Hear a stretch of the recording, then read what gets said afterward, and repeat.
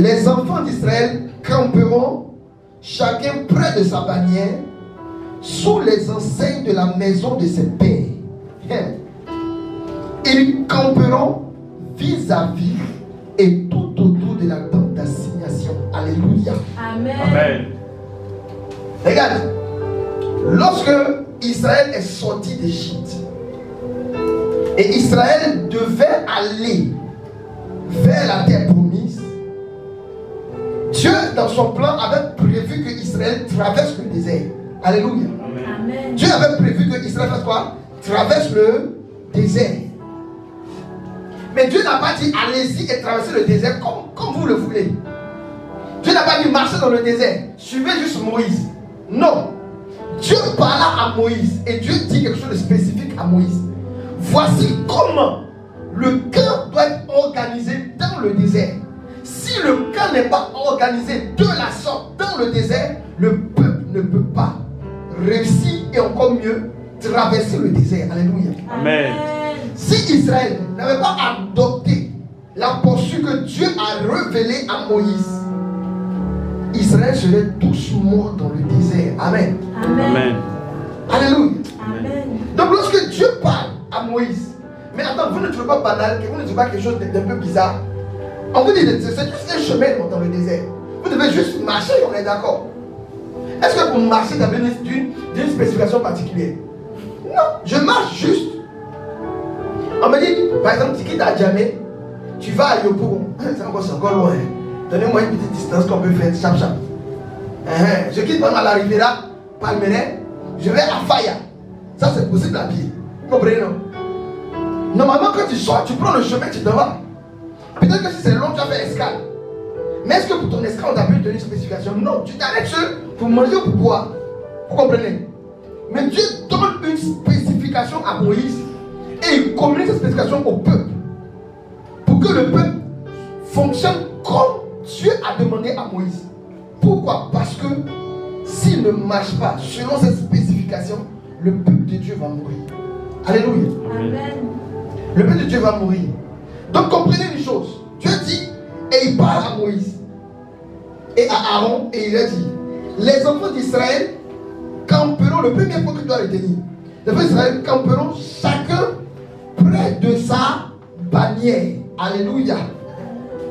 Dans le désert, tu dois camper près de ta bannière.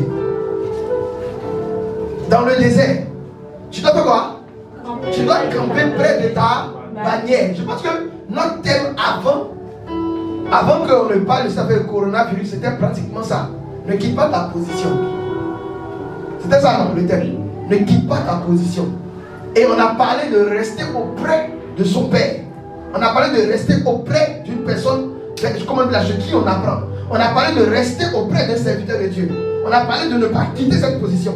Dans le désert, regardez, ce message n'était même prophétique. Qui savait qu'on allait entrer dans un temps où on n'allait pas chercher à se voir, on est plus pour se voir. Personne ne savait. Mais on a juste prêché le thème comme ça. Mais par l'esprit, c'était déjà prophétique.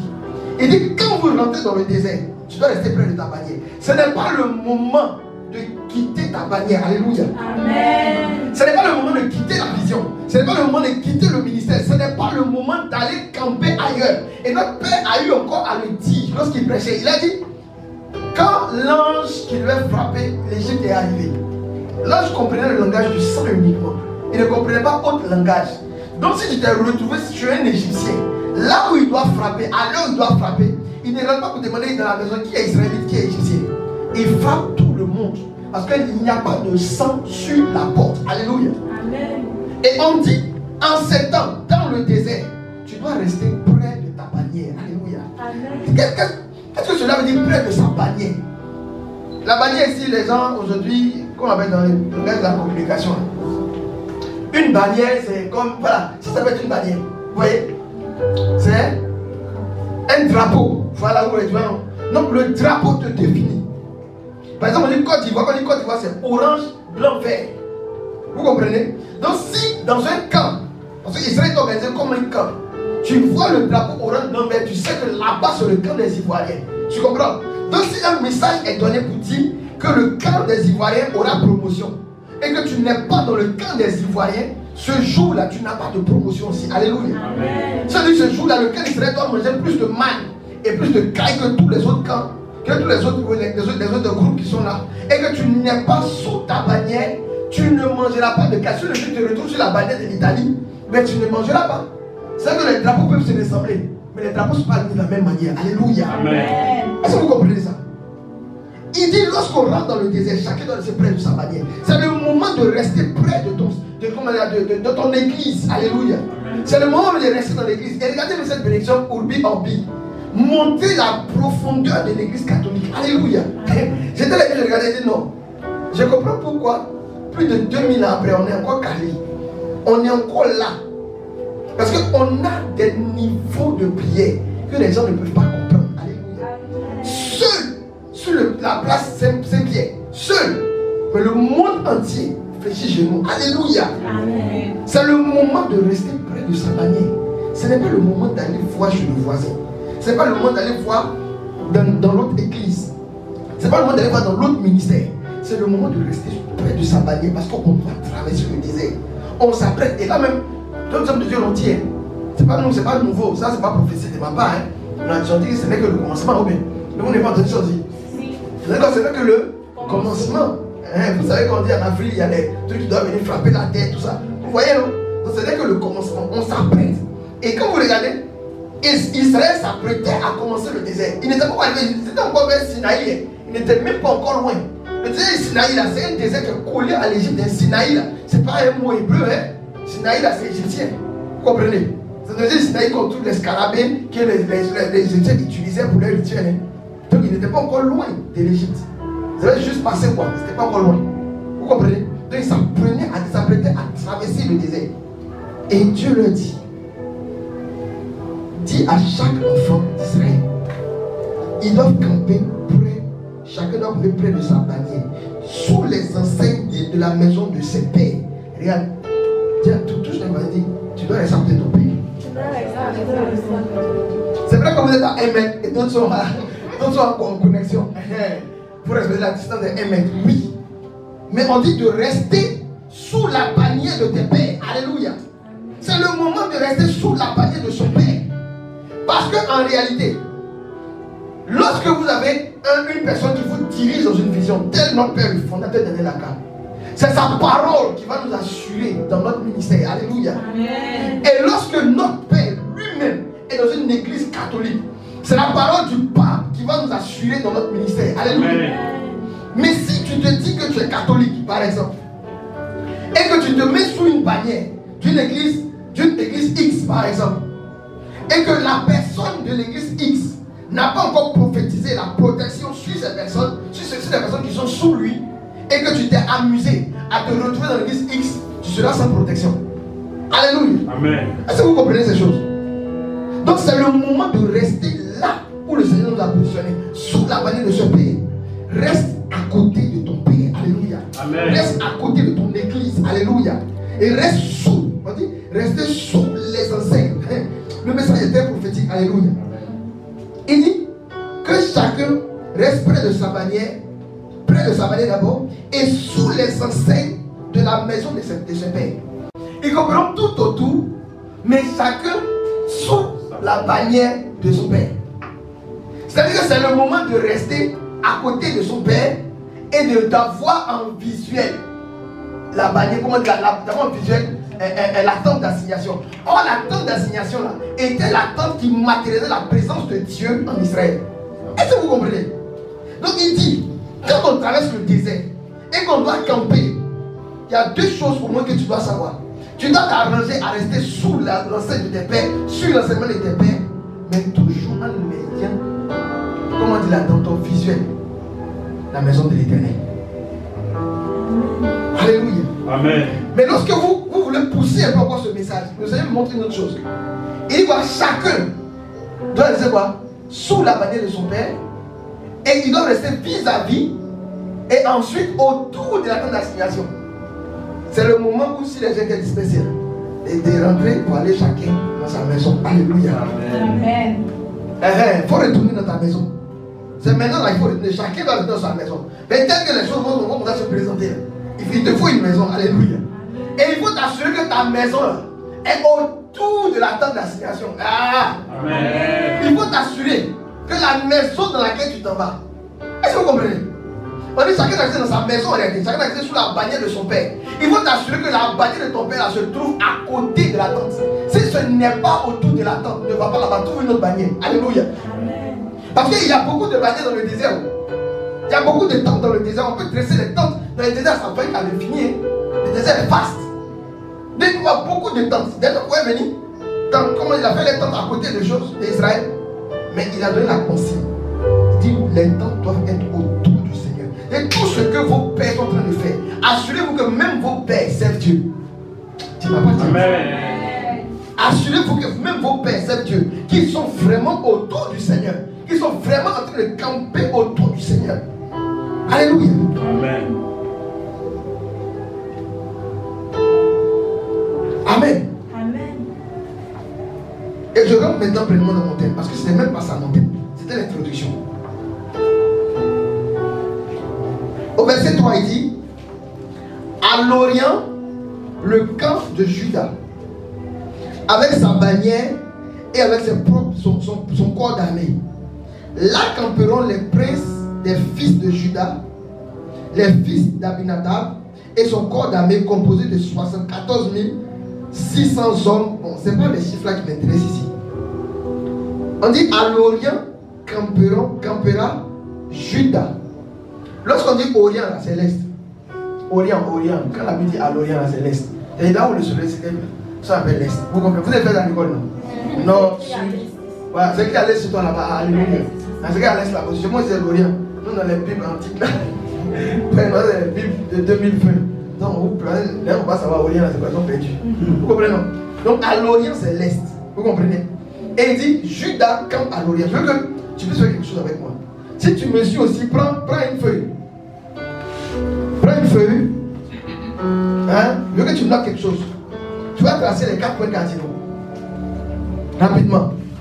Tu peux marquer dans petit quelque part. Hein? Tu mets juste nord, sud, est, ouest. Ok? Rapidement. Non, c'est pas grave. Essaie de faire quelque chose sur ta tablette. C'est à l'aide du numérique. Hein? Tu fais nord, est, sud. Vous voyez, non? Donc on dit à l'Orient va camper Juda. Donc tu vas écrire vers l'est. Tu écris Juda, tu écris Issachar et tu écris Zabulon. Amen. Parce qu'il dit à l'Orient le camp de Juda. Et le camp de Juda est composé de la tribu de Juda, de la tribu d'Issachar et de la tribu de Zabulon. Est-ce que tu comprends? Donc on dit, quand on dit non, le camp de Juda, ce n'est pas justement, c'est pas seulement Juda. Hein. Non, c'est pas Juda seulement qui est là-bas. C'est Juda, Issachar et Zabulon. C'est qu'ils sont le camp de Juda. Mais dans le camp de Juda, il y a la tribu de Juda. Alléluia. Ne mélangez pas. Comprenez? Donc, à l'Orient, à l'Est, tu écris Juda, Issachar et Zabulon. Amen. Au verset 10, on dit au midi. Le midi, c'est où? Au sud. C'est au sud. Quand on dit midi, c'est pas au nord. Vous voyez, non, souvent, là, c'est trop. Le midi, c'est au sud. On dit au midi, verset 10, le camp de Ruben avec sa bannière et son propre corps d'armée. Et le camp de Ruben est composé du camp de la tribu de Ruben, de Siméon et de Gad. Donc au sud, écrit Ruben, Siméon et puis Gad. C'est bon? Ruben, Siméon et puis Gad. Ok? Au nord, le camp des Danites, de Dan.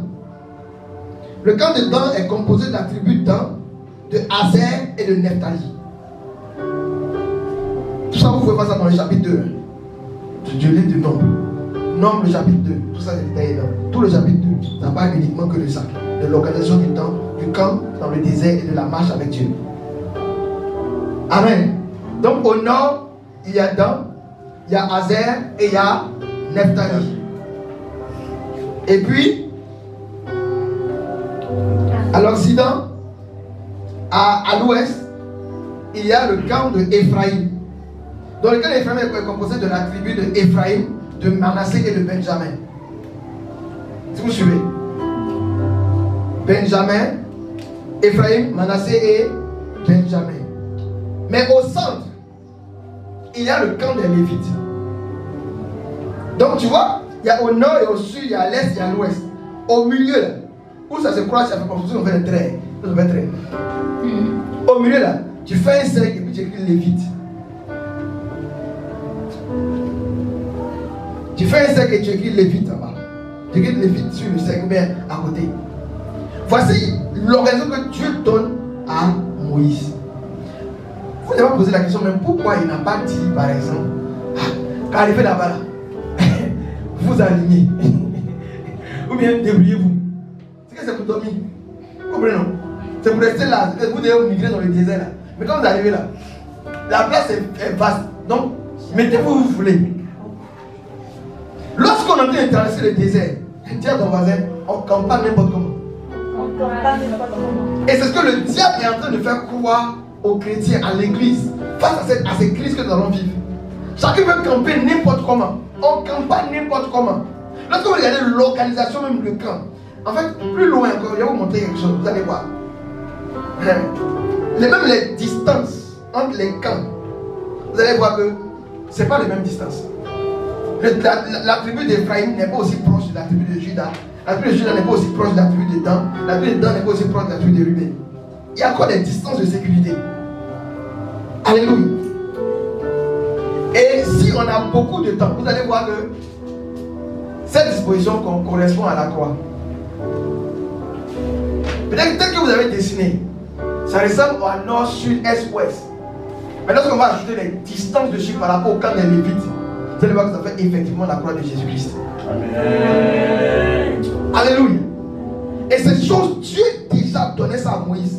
Avant même qu'on ne parle de Jésus-Christ, on va mourir en croix. Dieu donnait ces choses déjà à Moïse. Mais ce n'est pas ça même le point phare de mon thème. Il est dans le désert, dans la traversée du désert. Lorsqu'on veut camper au désert, on ne campe pas n'importe comment. Regardez le positionnement des Lévites par rapport aux autres tribus. Lorsque vous allez lire, les Lévites étaient la seule tribu dans le temps où Dieu parlait de l'organisation du camp qui n'a pas été dénombrée. Alléluia. Qui n'a pas été dénombrée. Les autres ont été dénombrés. Quand vous allez voir, on parle de 70 000 et le corps d'armée. Tu peux même faire le chiffre. Judas, le camp de Judas a le plus gros chiffre. C'est ceux qui sont le plus nombreux. Tu peux faire ces comptes-là après. Mais tu verras que c'est la seule tribu qui n'a pas été dénombrée. Mais Dieu dit, lorsqu'on traverse le désert, préservez vos hommes de Dieu. Tu n'as pas dit amen. Amen.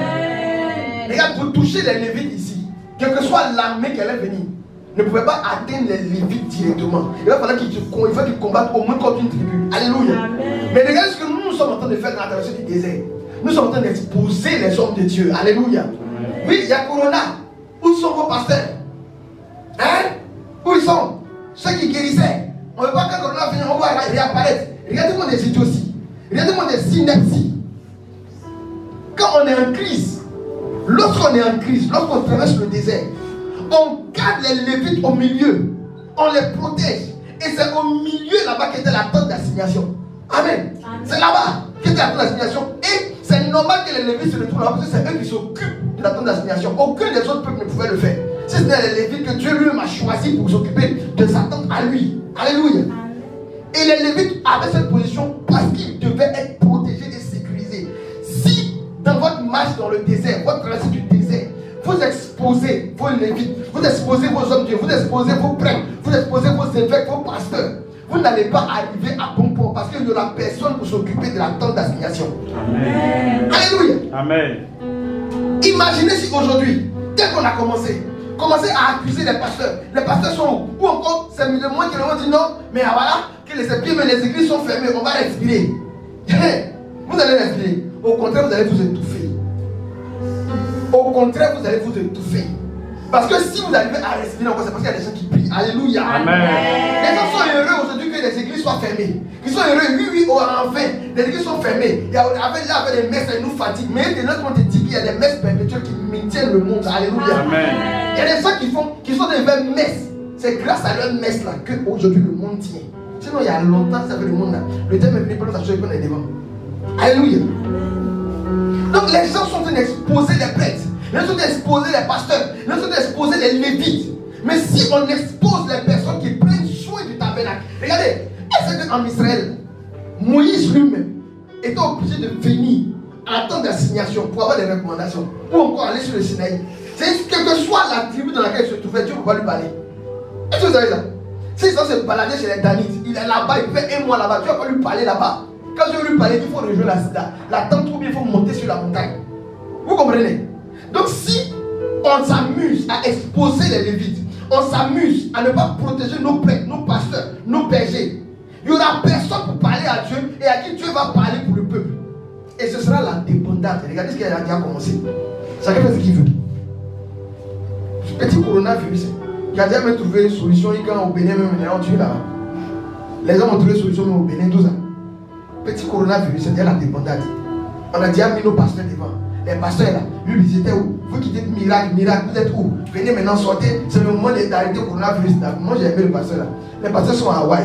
Ils ont porté de gros t-shirts, de gros shorts, et puis vous regardez, sauver le monde. Alléluia. Ils sont à Hawaï. Moi je suis d'accord, moi même bientôt je vais à Hawaï aussi. Il y a des gens là-bas, ils m'assoient là-bas avec mon gros short. Sauver le monde. On a commencé à exposer. Il dit non. Lorsqu'on est dans le désert, on protège les Lévites. Parce que c'est eux qui prennent soin de la stand d'assignation. C'est eux qui prennent soin de recevoir le message. C'est eux qui prennent soin d'écouter Dieu et de nous ramener, de nous donner la consigne pour dire c'est comme ça qu'on marche. Alléluia. Amen. Et ça c'est un point fondamental à retenir. Voilà pourquoi dans ce temps, arrêtez les critiques des hommes de Dieu. Arrêtez les expositions. Si Dieu a exposé les gens, alléluia, ça ne vous concerne pas. Toi ta marche, n'a pas commencé. Alléluia. Amen. Amen. Donc lorsque nous sommes dans le désert, on doit protéger les hommes de Dieu. Et pendant que je suis en train de prêcher, le Seigneur a dit mon attention quelque chose de fondamental, quelque chose de plus grand. Je ne sais pas pourquoi, mais ça me met fortement à cœur. Comme si quelque chose va arriver. Prenez ça comme une prophétie. Mais qui va attaquer uniquement les hommes de Dieu. Je ne sais pas comment ça va se faire. Mais comme si il va y avoir une attaque sur les serviteurs de Dieu. Et comme certains vont commencer à mourir. Pas parce qu'ils ont péché contre Dieu. Pas parce que genre, le diable a eu accès à eux. Mais parce qu'on les aura exposés.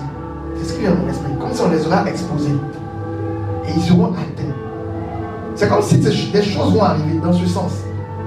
Ces choses vont arriver dans ce sens. Parce qu'on les aura exposés. Et ça sera à notre désavantage, me dit l'esprit. À notre gros désavantage. Des églises vont se disloquer. Des églises vraiment véritables, qui étaient vraiment appelées, qui étaient vraiment sous une bannière que Dieu lui-même avait ordonnée, vont se disloquer. Et si ces églises se disloquent, ce n'est pas à notre avantage. Alléluia. Donc protégeons nos hommes de Dieu.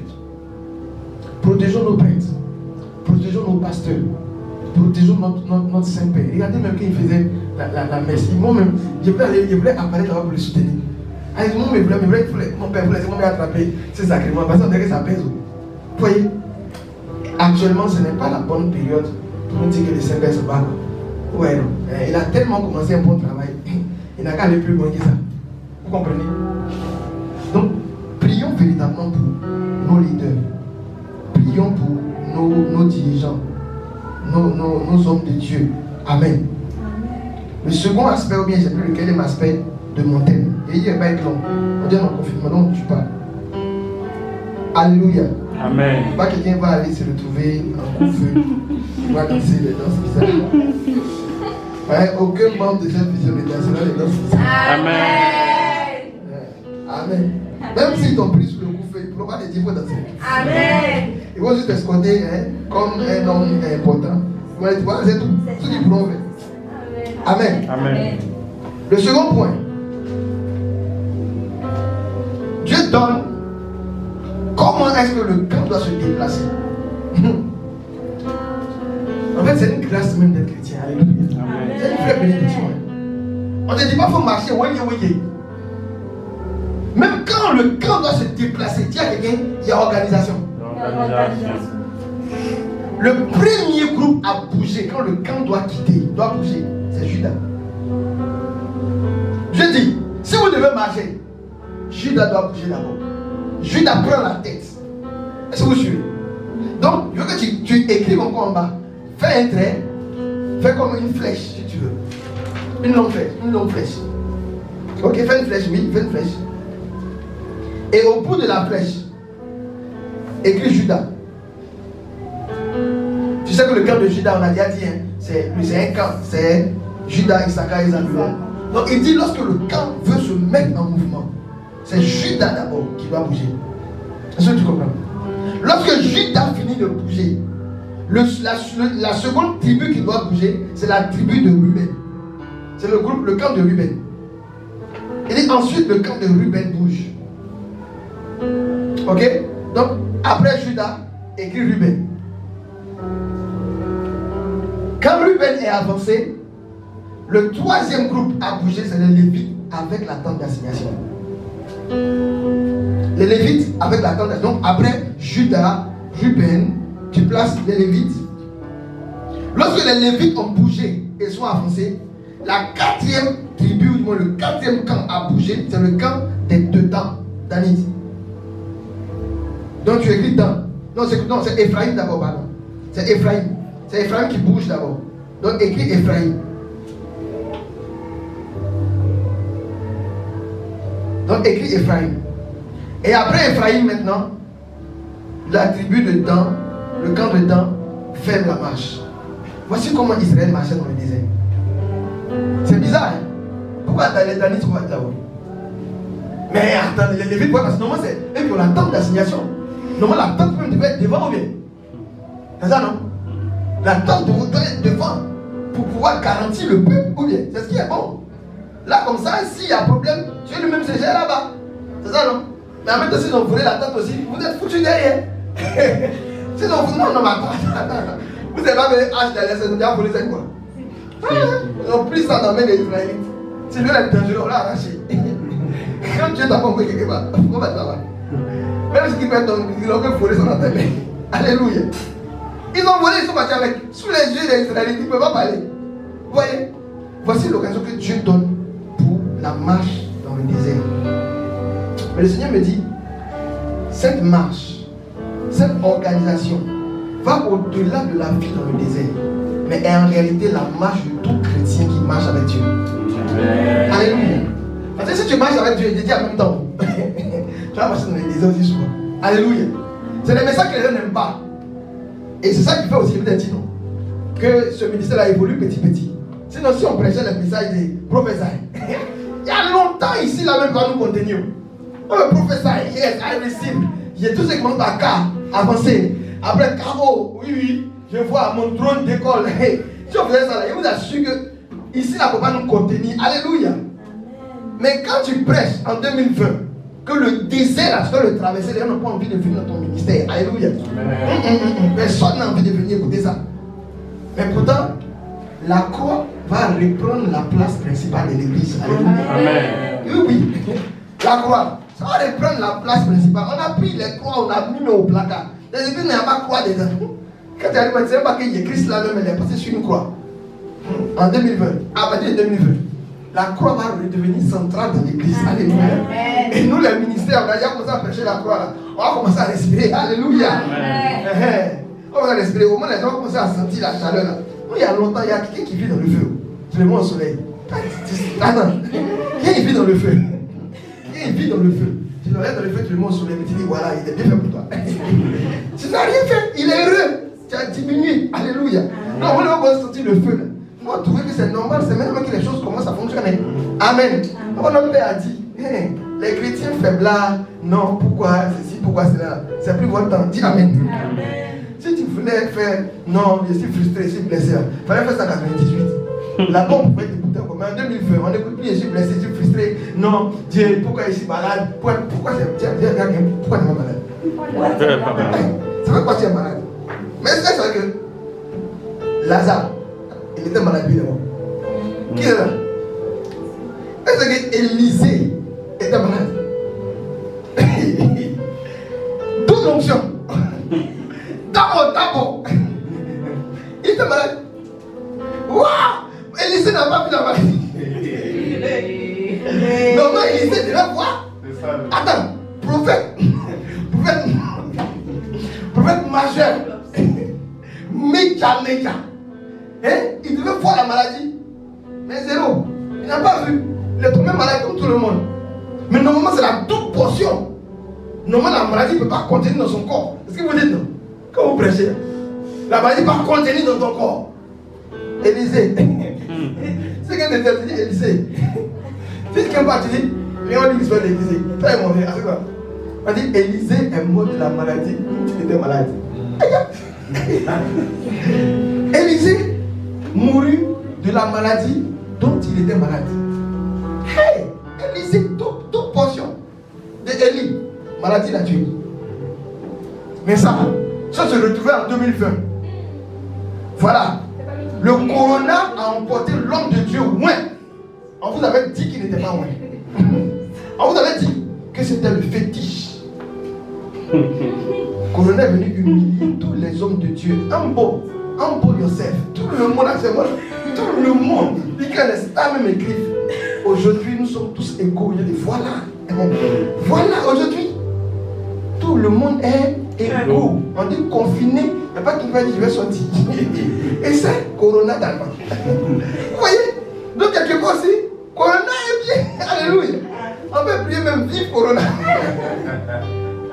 Alléluia. Amen. Je me dis, cette organisation est cette marche, cette organisation pour aller dans le désert est la marche de tout chrétien, toute personne qui veut marcher avec Dieu. Regarde, le Seigneur me dit, explique-le. Le premier camp à bouger, c'est le camp de Judas. Que veut dire Judas? Judas veut dire quoi? Louange. Louange de l'éternel, louange à l'éternel. Judas veut dire louange.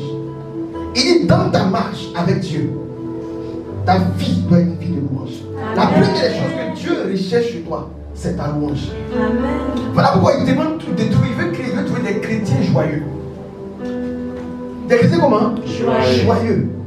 Dans la traversée du désert, ce n'est pas le moment de paniquer. Alléluia. Amen. Et là, comment tout le monde panique? Aujourd'hui, même tu croises des arbres de Nîmes. Il reste juste la cime de l'arbre. Non, mais attends, j'ai vu une photo tout à l'heure sur Facebook. J'étais surpris. Le pauvre arbre qui était là depuis des années. Rien ne se passait. Un coup, l'arbre est dénudé, même écorché, ils ont levé. À cause de quoi? La panique. Les gens sont en train de se battre comme les films. Et quand l'arbre m'a fait tomber sur un. Oh, il n'y a même pas Kinine. Alléluia. Il n'y a pas Kinine. Les gens doivent commencer à se mimer. On se mime ici. Vous voyez la panique? Il est dans la marche de tout chrétien avec Dieu. Et surtout dans la marche dans le désert. La première chose que Dieu veut et attend de toi, c'est ta louange. Que tu sois une personne de louange. Tu dois toujours louer Dieu. Bénissez Dieu en toutes circonstances. Il veut te trouver toujours dans la louange. Même quand c'est chaud, il faut louer. Même quand c'est chaud, il faut louer. Alléluia. Même quand c'est chaud, il faut louer. Ensuite, lorsque la louange est en avant dans ta vie, la seconde chose que Dieu veut voir chez toi, c'est Ruben. Alléluia. Ruben veut dire fils. Ou encore, voyez, voici un fils. Ruben veut dire voici un fils. Donc lorsque dans ta marche, tu es en train de marcher avec Dieu et que tu es constamment en train de le louer, cela va te transformer pour que tu deviennes réellement un fils de Dieu. Amen. Alléluia. Tu vas être transformé pour devenir un vrai fils de Dieu. Parce que ta louange va te conduire à devenir un fils de Dieu. Amen. Ceux qui louent constamment Dieu, qui adorent Dieu constamment, vous allez les voir souvent, regardez. Oui, des hommes très loin, des hommes qui sont vraiment à élever d'un certain niveau dans leur ministère, qui sont des enfants. Vous allez voir les maris. Ils sont, quand vous les voyez, ils ont des visages même d'enfants. Ils sont âgés, mais ils sont des enfants. Parce que quand tu es vraiment en train de louer Dieu, de l'adorer, tu commences à avoir un cœur d'enfant. Tu commences à avoir un cœur. Regardez, en fait, c'est que vous ne savez pas aussi là. La beauté que vous voyez sur le visage dépend de la beauté de votre cœur. D'accord, il y a un très vilain, un très mauvais cœur. Non, attendez. Vous pensez pas mieux. Vous c'est votre expérience. Tu vois les gens très filés, mais ils sont très mauvais. Vous ne pouvez pas comprendre. En fait, non, c'est l'état du cœur. C'est l'état du cœur. Là, quand vous voyez quelqu'un qui est très joli, qui est simple et tout ça, en général, elle a bon cœur. Mais elle est fille maintenant aussi. Tu as ton voisin make-up. Make-up. Elle a qu'à lever. Tu vas voir le vrai visage. Vilaine de ce vilaine. Mais quand c'est maquillé, elle est jolie. Voilà pour je dis là, maintenant, quand tu veux marier là, il faut faire du temps d'abord. Tiens, amen. Elle dit à ton voisin, il faut étudier un peu. Le Père dit, voici un fils. Voyez un fils. Donc, dans ta marche avec Dieu, tu dois mettre d'abord la louange. Ensuite, cette louange va t'aider à devenir un vrai fils de Dieu. Amen. En troisième position, arrivent les Lévites.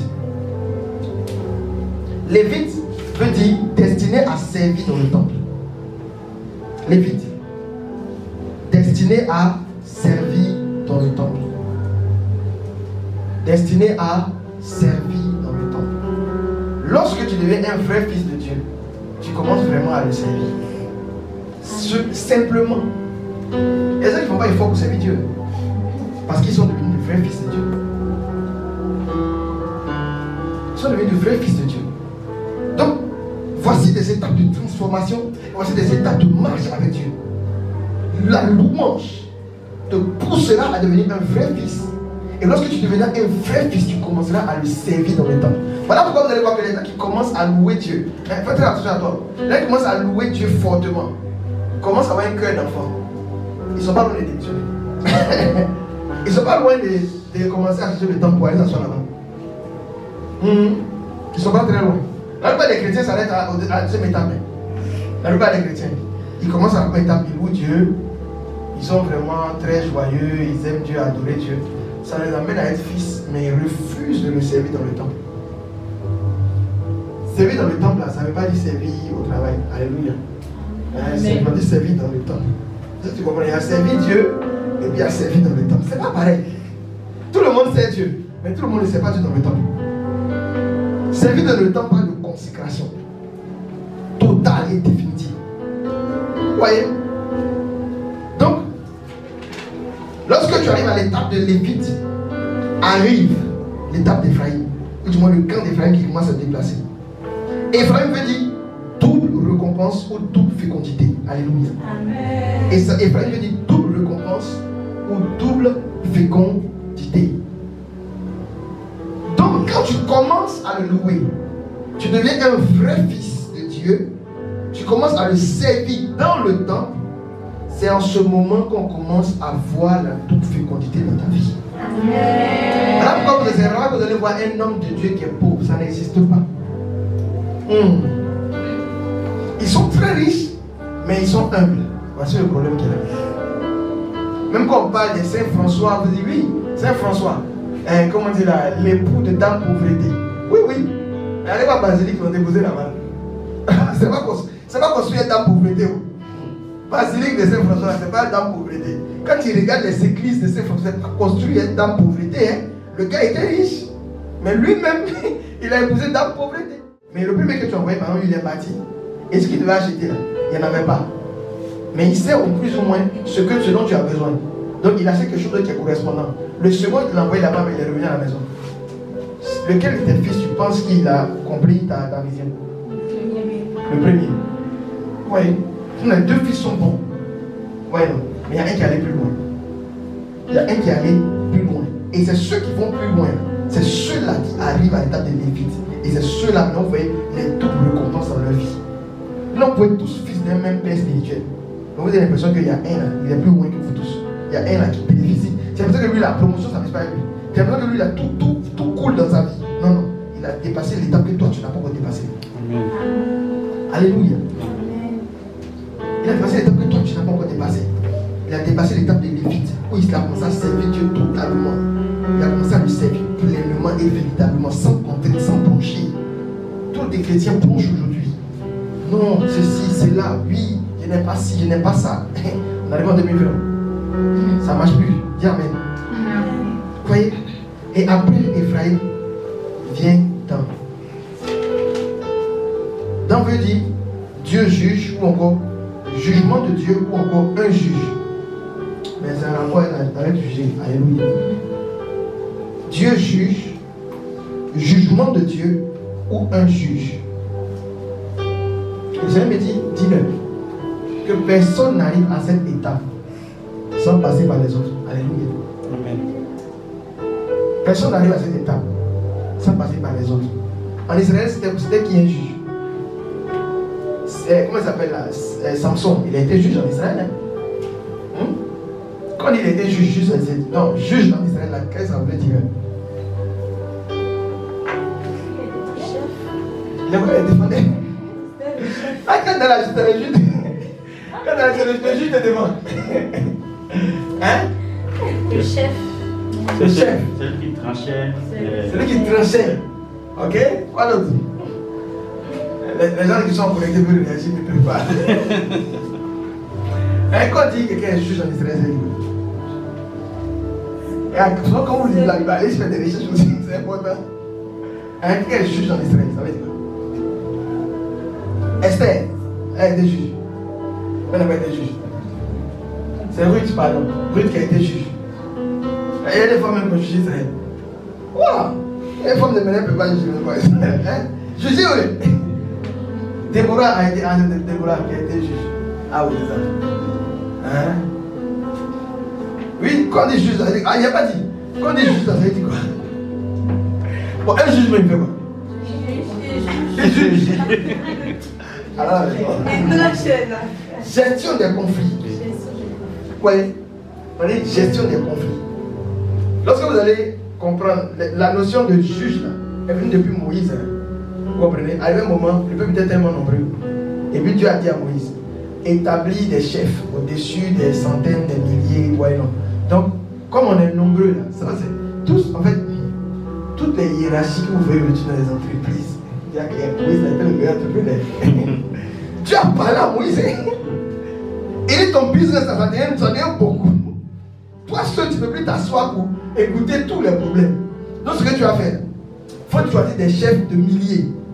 Et au-dessus de 1000, il y a un chef. Est-ce que tu vois? Dans les 1000, établis des chefs de centaines. Est-ce que tu comprends? C'est dans 1000, vous tous vous êtes 1000, non, il y a un qui est le chef. Ok. En bas là, vous êtes 1000. On vous le dit encore par l'eau de 100. Et puis on met un chef encore. Comprends? Tu vois, dans les chefs de milliers, des chefs de centaines. Il y a même des chefs de cinquantaines. Tu vois, non? Maintenant, quand vous avez un problème là, partez voir le chef de cinquantaine. Il essaie de régler. Si ça n'a pas pu régler là, venez voir le chef de centaines. Si le chef de centaines n'a pas pu régler là, même le chef de milliers n'a pas pu régler là, on va chez Moïse. Là, toi, Moïse, ça te donne le temps de t'asseoir sur le ciel et d'écouter Dieu. Est-ce que vous comprenez? C'est cette organisation-là qu'un bon ministère doit avoir. Où l'homme de Dieu, il est assis sur le Sinaï. Et il y a les chefs de centaines, il y a les chefs de milliers. Il voit qu'on nous donne des bergers. On dit non, lui, il y a des bergers, des sections, les bergers. C'est pour régler. Imaginez si dans Vision et Plan, tout le monde doit aller croiser le fond de Charlie. Il n'avait même pas voyagé même. C'est pas la peine. Il n'a pas oublié ses nombreux voyages. Donc, il reste ici. Imaginez, si chaque membre de parole de film doit faire écoute à un fond d'eau, il est foutu. Voilà pourquoi il y a des responsables d'entité. Vous regardez dans ton entité. Tiens, quelqu'un reste dans ton entité là-bas. Reste dans ton entité là-bas. Maintenant, si on a essayé de régler là-bas, et même dans l'entité, il y a un berger même. Le berger a essayé de faire écoute. Il a remonté ça, il a remonté au berger principal, hein, à l'homme de Dieu qui gère l'entité. Il a essayé d'écouter, voir que ça, c'est encore plus compliqué là. Il n'est pas obligé même d'aller encore chez l'homme de Dieu, sur le premier instant de la vision. Il peut encore voir un autre homme de Dieu, peut-être qu'il le coiffe en haut. Il dit, ah, par exemple, tonton Pascal, voici un tel cas. Lui, il essaie de régler. Mais c'est pas que le calme les choses. Bon, on te conduit maintenant chez Moïse. Alléluia. On te conduit chez Moïse. Vous comprenez? Donc, les juges, comme elle a dit, c'est ceux qui réglaient les conflits. Et ça me dit que cette étape, pour arriver à cette étape, pour régler des conflits dans le monde, pour les conflits même pas de l'église, hein, pour les conflits dans le monde, tu dois avoir passé toutes ces étapes. Et il n'y a pas beaucoup de personnes comme dans l'étape d'éternité. Alléluia. Il n'y a pas beaucoup de personnes. Dans un pays, il y a toujours des hommes de Dieu qui sont vraiment dans l'étape d'éternité. Où on les appelle quand le pays est en crise. Vous voyez le Ghana? Est-ce que vous avez regardé au Ghana récemment? Je pense qu'il a posté quelque chose là. Vous avez vu, non? Est-ce que vous êtes nombreux dans la salle? Mais allez au Ghana. Il y a église chaque 5 mètres. Il y a église chaque quoi? 5 mètres. Mais quand il s'agissait de décider, de prier pour la nation, de parler, de dire des choses concrètes, il y a des têtes qui sont allés chercher. Alléluia. Ces gars, ils sont à l'étape d'éternité. Ils peuvent juger dans une nation. Alléluia. Ils peuvent juger, ils peuvent trancher. Lorsqu'il s'agit des problèmes les plus difficiles, ils peuvent trancher. Ils ont cette capacité. Mais pour pouvoir avoir cette capacité de pouvoir juger dans les affaires, de pouvoir trancher là, tu dois avoir passé l'étape de Judas, de Ruben, de Lévite et d'Ephraïm. Si tu n'as pas dépassé ces étapes, tu ne peux pas arriver là-bas. Il y a très peu de chrétiens qui sont habilités à pouvoir même juger, à pouvoir même donner leur avis. Mais on dit, comme on a dit là, Facebook a donné le micro à tout le monde. Facebook, tout le monde aujourd'hui est juge. Chacun peut juger de la nation ivoirienne. Chacun peut parler comme il veut. En Israël, là, tout le monde ne parlait pas. Hein. Quand il parle, tu assumes. Mais ce que tu vas dire, on risque de juger toi-même avec. Alléluia. Et ça me dit, dis-le. Que chacun check à quelle étape il est. Dans sa marche avec Dieu. Et dans ce désert dans lequel on est rentré. À quelle étape tu es. Débrouille-toi pour passer à la prochaine étape. Débrouille-toi pour quoi? Passer à la prochaine étape. Il y en a qui sont restés à l'étape de Judas. Ils sont en train de faire louange, mais ils refusent de devenir de bons fils de Dieu. Vous avez même vu ça? Toujours souvent c'est dans le cœur. Chorale. Ils sont toujours en train de chanter. Toujours c'est eux qui chantent. Mais souvent il y a le cœur. Le cœur n'est pas transformé. Et le cœur n'est pas le cœur, il parle de cœur groupe là. Il parle de cœur qui est dans la poitrine. Des gens qui chantent. Mais le cœur n'est pas transformé. C'est les gens qui sont restés à l'étape de Judas. Ils sont là-bas. Ils n'évoluent pas. Ils sont à l'étape de Judas. Et c'est toujours louange. Et puis c'est ça comme ça là.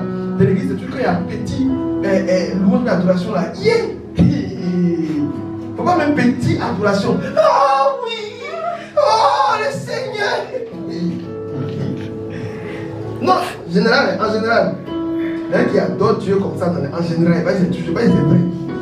Mais en général, il y en a qui adorent Dieu comme ça dans les foules. Ils sont très vides à l'intérieur. Oui. Oh Seigneur! Ils sont très vides. Avant tu es dans tes métiers, les gens me disent, il va t'expliquer pourquoi Jésus-Christ a inspiré les gens tombeaux blanchis. Est-ce que quelqu'un a été au cimetière? Quelqu'un a été au cimetière? C'est un parti au cimetière. Ah, c'est bien.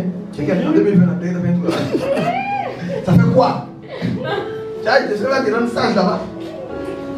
Au cimetière. Il dit dans le contexte d'antan, c'est-à-dire avant, le blanchi dont il parlait là, c'est la chaux. Ouais, non, c'est la chaux on met sur les tombes là. Ouais, non, pour les rendre, ça prononce un peu joli. Ouais, non, mais on va parler dans le contexte de 2020. Qui a vu, excusez-moi, la tombe d'Arafat? Avant qu'on le pique, quoi. Bon, après, ils ont fait encore. Ils ont repassé tout. Qui a vu la tombe d'Arafat? C'était comment? Mais c'est comment quand vous regardez? Ah bah la vérité, ouais, non. Non, c'est la vérité. C'est joli. C'est large. C'est large. Il y a la photo à gauche, il y a son nom, et puis c'est marbré, c'est joli. Ouais, non. Mais juste à 20 cm en bas, il y a quelque chose qui en est pourri. Quelque chose en décomposition là. Et ça sent pas bon. Ils appellent tout bon blanchi. Quand tu regardes là, c'est joli. C'est beau, mais quelque chose en est pourri juste à côté. Quelque chose de quoi? Pourri. Et c'est ça que les hommes nos fils spirituels souvent. Quand on arrive là, adoration, oh, oui, le Seigneur. C'est la fille, oui, non, elle pleure ça, oui, touche-moi. Faut ouvrir ton mot le travail. Ouvre juste, quelque chose est pourri à côté. Il y a une mauvaise odeur en bas, mais dehors est joli. Le sang injure tombeau blanchi. Voilà pourquoi les gens qui tombeau ils sont fâchés. Ils ont compris que Jésus a dit tombeau blanchi, leur cœur est chauffé à mettre. On dit non, tu t'arrêtes ça. Parce qu'ils savent. Il dit il faut les amener à des tombeaux. Tombeaux là c'est toujours joli dehors. Il y a des tombeaux même là, quand tu regardes même, ils ont fait des dessins d'éléphants, tout ça dessus, des jolis trucs. Mais juste seulement à quelques centimètres. Les asticots ont été mangés quelqu'un. Au déj là-bas, là, tu ne peux pas. Alléluia. Donc que chacun check où est-ce qu'il est dans sa marche avec Dieu. Est-ce que tu es encore à l'étape de Judas? C'est une très bonne étape. Le Seigneur veut que tu deviennes un vrai fils de Dieu. Alléluia. Amen. Être fils de Dieu, c'est celui qui est obéissant à sa parole. Quand Dieu dit on passe à gauche, tu passes à gauche. Quand il dit on passe à droite. Alléluia. Si tu es à l'étape de vrai fils et que tu sais que tu peux obéir à